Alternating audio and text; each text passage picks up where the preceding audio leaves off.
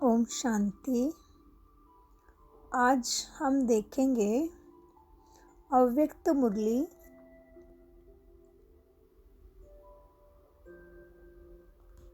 मुरली है शिव शक्ति व पांडव सेना को तैयार होने के लिए सावधानी। और मुरली का दिनांक है 3/8/1975।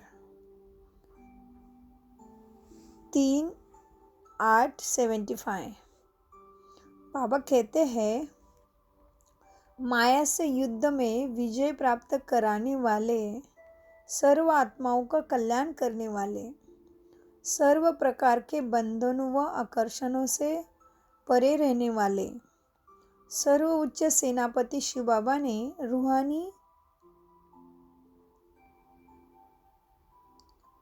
रूहानी योद्धाओं के प्रति मनोहर शिक्षाएं व सावधानी देते हुए मधुर अनमोल महावाक्य उच्चारे। बाबा बोले, सभी योग युक्त और योग युक्ति युक्त स्थिति में स्थित होते हुए अपना कार्य तो कर रहे हो ना, क्योंकि वर्तमान समय प्रमाण संकल्प, वाणी और कर्म ये तीनों ही युक्ति युक्त चाहिए, तभी ही संपन्न व संपूर्ण बन सकेंगे। चारों तरफ का वातावरण योग युक्त और युक्ति युक्त हो।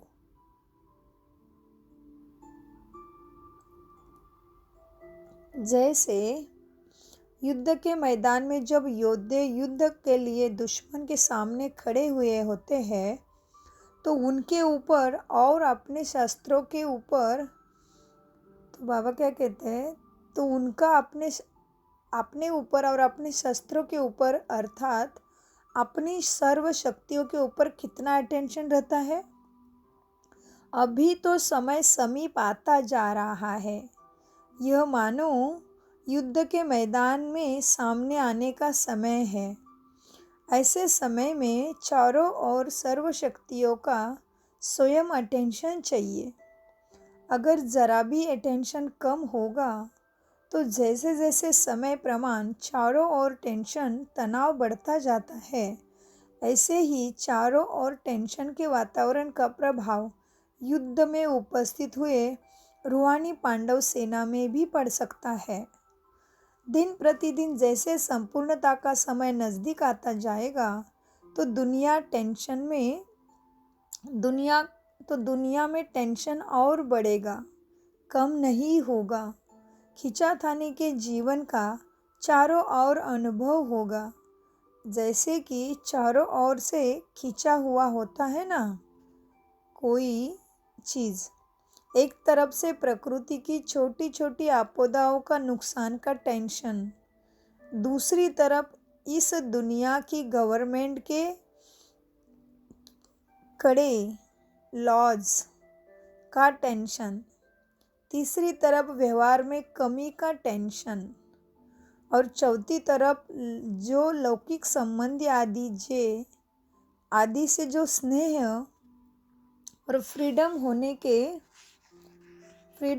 के कारण खुशी का भासना अल्पकाल के लिए रहती है, वह भी समाप्त होकर भय की अनुभूति का टेंशन। तो चारों ओर का टेंशन लोगों में बढ़ना है। चारों ओर के टेंशन में आत्माएं तड़पेगी। जहाँ जाएगी वहाँ टेंशन। जैसे शरीर में भी कोई नस खींच जाती है तो कितनी परेशानी होती है, दिमाग खींचा हुआ रहता है। ऐसे ही यह वातावरण बढ़ता जाएगा। जैसे कि कोई ठिकाना नज़र ही नहीं आएगा, तो क्या करेंगे फिर? अगर हाँ करे तो भी खिंचावट, ना करे तो भी खिंचावट, कमाए तो भी मुश्किल, ना कमाए तो भी मुश्किल। ऐसे परिस्थिति में इकट्ठा करे तो भी मुश्किल, ना करे तो भी मुश्किल। ऐसा वातावरण दुनिया में बनता जाएगा। ऐसे टाइम पर चारों ओर के टेंशन का प्रभाव रूहानी पांडव सेना पर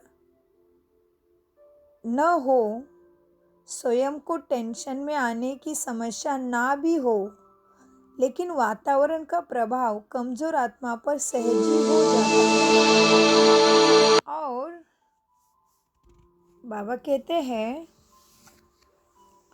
और क्या,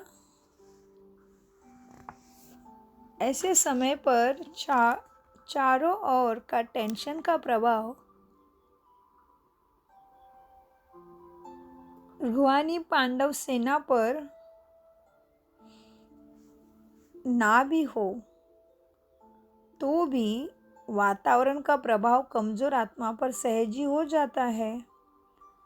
भय का सोचे कि क्या होगा, कैसे होगा, इन बातों का प्रभाव ना हो, उसके लिए कोई न कोई बीच बीच में ईश्वरीय याद की यात्रा का विशेष प्रोग्राम मधुबन द्वारा ऑफिशियल जाते रहना चाहिए सबके पास, जिससे कि आत्माओं का किला मजबूत रहेगा।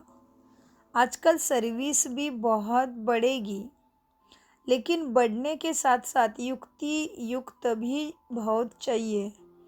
आजकल कोई सभा ज्ञानी तो आत्मा बनने नहीं आते हैं।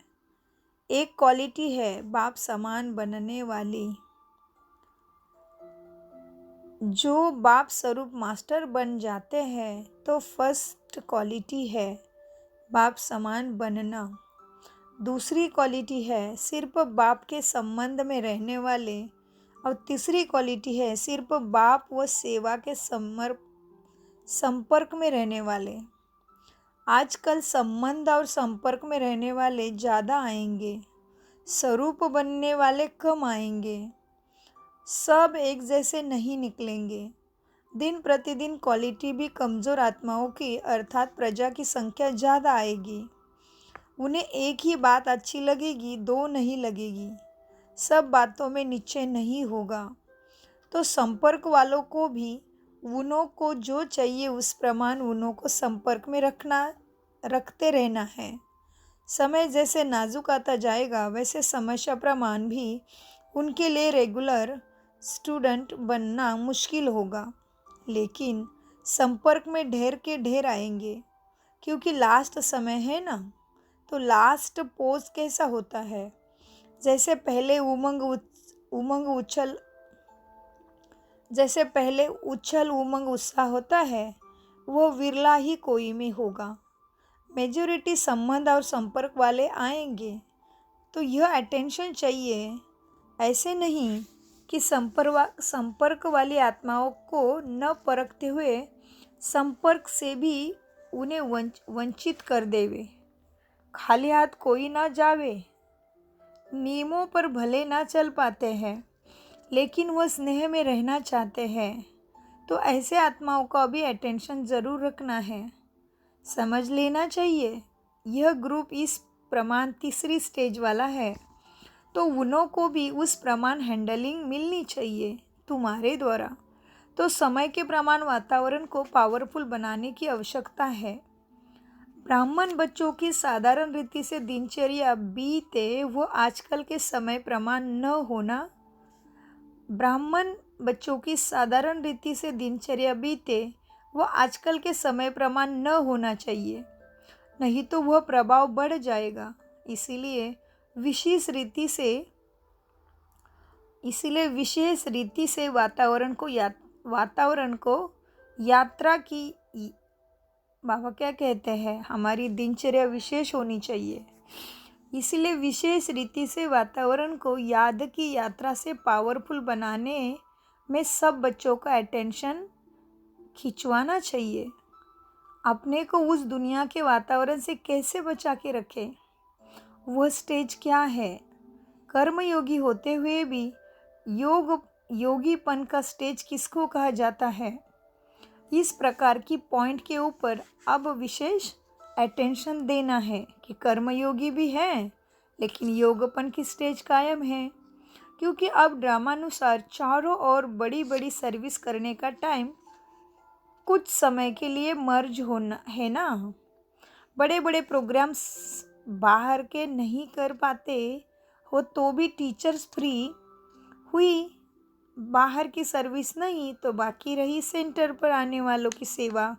बाहर की सर्विस से बात बुद्धि फ्री है, बाहर की सर्विस से बुद्धि फ्री है, नहीं तो कहते हैं बहुत बिजी रहते हैं। प्लान्स बनाना, मंथन करना, लेकिन अब तो वह भी नहीं है। तो अब यात्रा के सब्जेक्ट के ऊपर ज़्यादा अटेंशन देना है। कोई ना कोई प्रोग्राम हर सेंटर पर चलना चाहिए जो आने वालों में बल भर जाए। ऐसे समय पर वह भी न्यारे रहे, साक्षी होकर समस्या का सामना करे, उसके लिए याद का बल चाहिए। तो जब तक बाहर की सर्विस का नए नए प्लान्स का फोर्स कम है तो कोई पॉइंट का जोर होना चाहिए, नहीं तो फ्री होकर फिर व्यर्थ का साइड ज़्यादा हो जाएगा। सर्विस में बिजी रहने से व्यर्थ की बातों से बचे रहते हैं। अभी वह सर्विस का स्कोप कम है तो ज़रूर समय बचेगा, वह फिर व्यर्थ वातावरण में समय जाएगा। इसलिए ब्राह्मणों को खबरदार होशियार करने के लिए, स्वयं के सेफ्टी के लिए कुछ ऐसी पॉइंट्स व क्लासेस के प्रोग्राम्स बनाओ जिससे वह यह समझे कि हमें मधुबन लाइट हाउस से विशेष लाइट आ रही है। अच्छा, कारोबार तो ड्रामानुसार ठीक ही चल रहा है। अभी के कारोबार में राज्य चलाने के संस्कार बढ़ते जा रहे हैं ना। राज्य सिंहासन और यह है राज आसन। राज्य करने वाले बनकर फिर उस सिंहासन पर बैठेंगे। राज्य करने वाले अर्थात अधिकारी बन गए। कोई भी कर्मेंद्रिय को किसी भी प्रकार का आकर्षण नहीं। कोई भी आकर्षण के कर्मयोगी, कर्म भोग, बाबा क्या कहते हैं, अधिकारी बनना है तो कैसे? कोई भी आकर्षण के कर्म भोग या कर्म इंद्रियों के अधीन ना हो, अधिकारी बनना है। अभी है राज आसन। योग के लिए आसन होता है ना, आसन पर स्थित होते हैं। आसन होता ही है बैठने के लिए, स्थिति होने के लिए। तो स्थिति में स्थित होना अर्थात आसन पर बैठना। तो जितना जितना आसन पर बैठने का अभ्यास होगा उतना ही राज सिंहासन पर बैठने का अभ्यास प्राप्त होगा। अभ्यास हो रहा है ना, नेचुरल रूप लेता जा रहा है। करना नहीं पड़ता लेकिन हो ही जाता है। स्वभाव ही ऐसा हो गया है जैसे और कोई स्वभाव के वश कोई भी कार्य करना स्वतः ही। बाबा क्या कहते, स्वभाव कैसे होना चाहिए? स्वभाव ऐसा हो गया है जैसे और कोई स्वभाव के वश कोई भी कार्य करना स्वतः हो ही जाता है, वैसे ही यह भी स्वभाव ऐसा हो जाए कि अपने स्थिति में स्थित रहे। अधिकार पने रहने का स्वभाव। योग लगाने का संकल्प किया और बस पहुँच गए, स्थिर हो गए। बाबा कहाँ और योग लगा, यह है समीपता की स्थिति। बैठे ही आसन पर है, जैसे सिंहा पर बैठा हुआ कब भूल नहीं सकता ना कि मैं राजा हूँ। बाबा कहते जैसे सिंहासन पर बैठा हुआ कभी भूलता है क्या मैं राजा हूँ, ऐसे ही तुम आसन पर अर्थात इस स्थिति पर स्थित हुआ यह भूल नहीं सकता कि हम अधिकारी हैं। सभी यथार्थ और युक्तियुक्त है। थोड़ा बहुत तो होता ही है, होना भी चाहिए, नहीं तो लास्ट पेपर कैसे होगा? यह भी प्रैक्टिकल पेपर्स है ही। यह पेपर्स ही मार्क्स जमा कराते हैं। मार्क्स जमा होते होते तुम पास विथ ऑनर की लिस्ट में आएंगे। यह जो कुछ होता है वह पेपर्स के मार्क्स जमा होने के लिए है। सब बातों में जमा होना चाहिए ना, सिर्फ याद की यात्रा में नहीं, सारे सब्जेक्ट में जमा होना है। लेकिन चारों सब्जेक्ट में मार्क्स जमा होनी चाहिए, तभी ही पास विद ऑनर होंगे। सफलता तो हर कार्य में पहले से ही नूंदी हुई है, फिर चाहे पर्दे के अंदर हो चाहे तुम पर्दे के बाहर हो। कोई हालात में पर्दे के अंदर सफलता होती है और कोई हालात में प्रत्यक्ष सफलता होती है तो दोनों हालात में सफलता व प्रत्यक्षता। कुछ समय गुप्त को भी देखना पड़ता है, छिपे हुए को प्रत्यक्ष होने में कुछ समय लगता है। प्रत्यक्ष तो उसी समय दिखाई पड़ती है, यह भल छुपी हुई है, परंतु है तो सफलता ही, वह तो मिट नहीं सकती। इस तरह से हमें चारों सब्जेक्ट में पास होना है। अच्छा, मीठे मीठे सिखिलदे बच्चों प्रति माता पिता बाप दादा का याद प्यार और गुड मॉर्निंग।